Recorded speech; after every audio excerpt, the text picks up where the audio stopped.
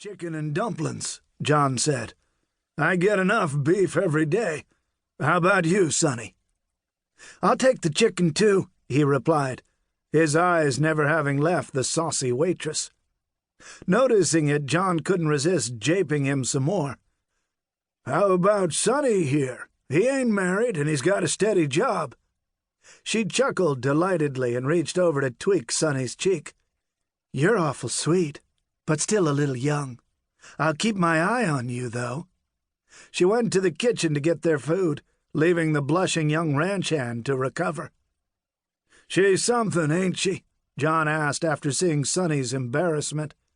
"Can't take a thing she says seriously." He thought at once of Perley, who had made that mistake and suffered his disappointment.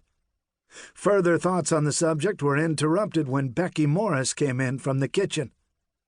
"Afternoon, John," Becky greeted him. "Lucy said you were here." She greeted Sonny as well, but she didn't know his name. "It's been a while since any of the Triple G men have stopped in. Perley used to come by every time he was in town, but I haven't seen him in a long time now. Is he all right?"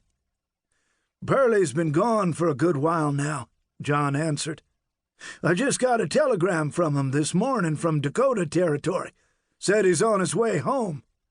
"Oh, well, maybe he'll come in and see us when he gets back," Becky said.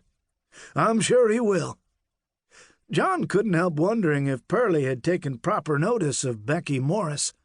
Shy and gentle, unlike Lucy Tate, Becky looked more the woman a man should invest his life with. He might be wrong, but John suspected he detected a wistful tone in her voice when she asked about Perley. Before they were finished, Beulah Walsh came out to visit. John assured her that her reputation as a cook was still deserved as far as he was concerned. He paid for his and Sonny's meal and got up to leave. "We've got to stop by Patton's before we go back to the ranch. Sonny's got to have a shot of that rot-gut whiskey before he leaves town." "I never said that," Sonny insisted. "You were the one that said we'd go to the saloon." "Don't let him bother you, sweetie," Lucy said and gave him another tweak on his cheek. "I know how you heavy drinkers need a little shooter after you eat." "What did you tell her that for?" Sonny asked as soon as they were outside. "Now she thinks I'm a drunk." "I doubt it," John replied. Moving back down the short street to Patton's saloon, they tied the horses to the rail and went inside. Benny Grimes, the bartender, called out a "howdy" as soon as they walked in the door. "John Gates, I swear I thought you might have gave up drinking for good." "How do, Benny?" John greeted him. "Might as well have. We ain't had much time to get into town lately. Ain't that right, Sonny?" "That's a fact." Sonny agreed and picked up the shot glass Benny slid over to him. He raised it, turned toward John, and said, "Here's hoping Perley has a safe trip home." He downed it with a quick toss, anxious to get it over with. He was not a drinker by habit, and took a drink of whiskey now and then only to avoid having to explain why he didn't care for it. "Well, I'll sure drink to that," John said, and raised his glass. "Me too." Benny poured himself one. After they tossed the whiskey down, he asked, "Where is he?" "Way up in Dakota Territory," John said. "And we just got word he's on his way home, so we need to let the folks hear the news."